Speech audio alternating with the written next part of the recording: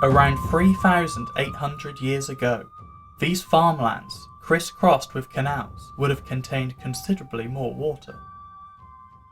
Each island was a farmstead separated by water meadows, forests of reeds and tall grasses with pools of water stretching all across the fen. Small islands of dry grasslands would provide a perfect grazing haven in summer, but would be submerged in water each winter.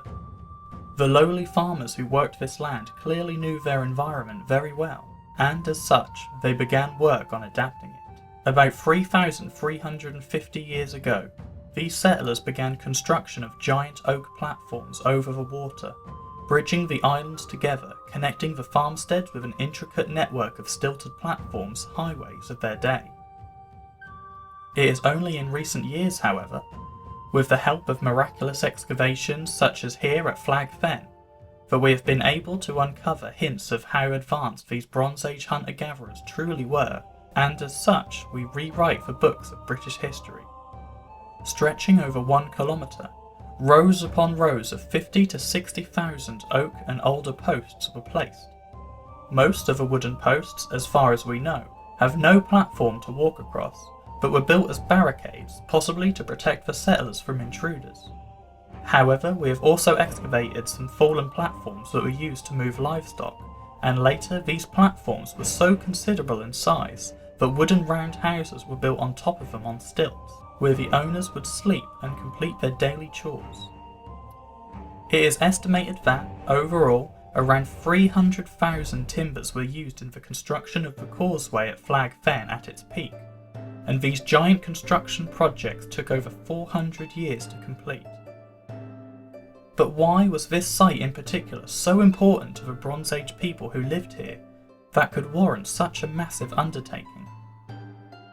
During excavation of the many timbers, archaeologists were surprised to find a staggering amount of valuable artifacts, from shears, pots, bones, to daggers, axes, and Bronze Age swords.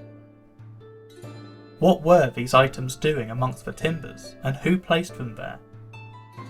Well, it's no secret that large cultural hubs would also then become religious centres, where people would travel to in order to place offerings to their gods.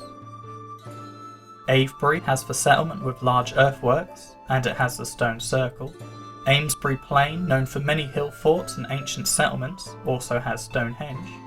The Taze Valley, rich in Neolithic flint working sites, also has the Arming Hall Woodhenge.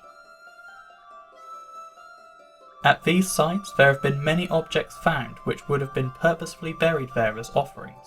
A woodworker places his wood carving tools into the water to thank the gods for giving him the skills he needed to carve wood.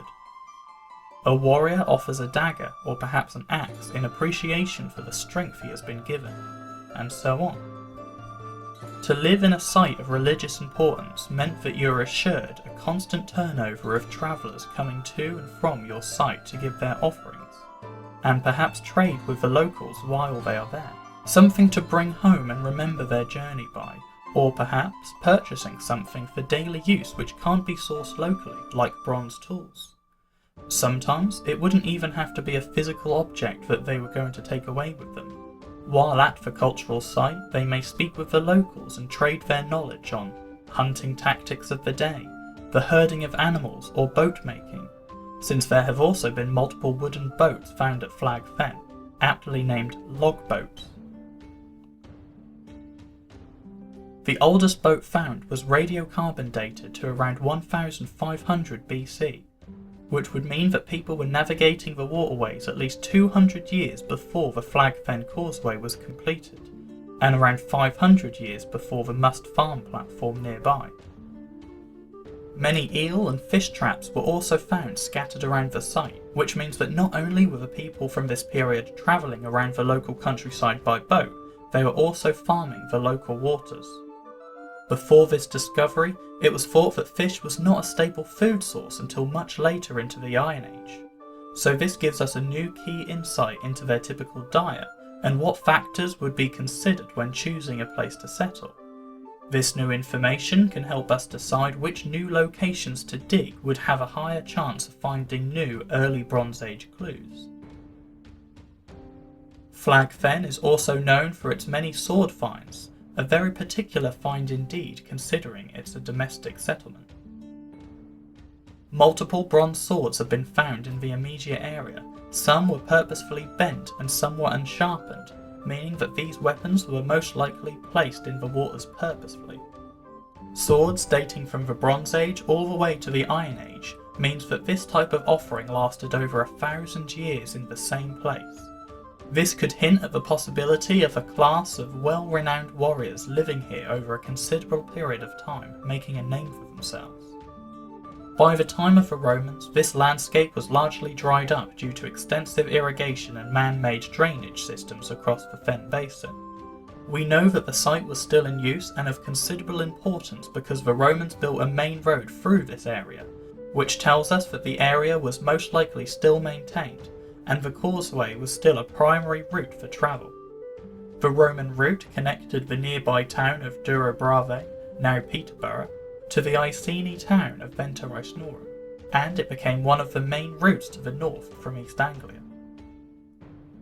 Flag Fen never truly fell out of use.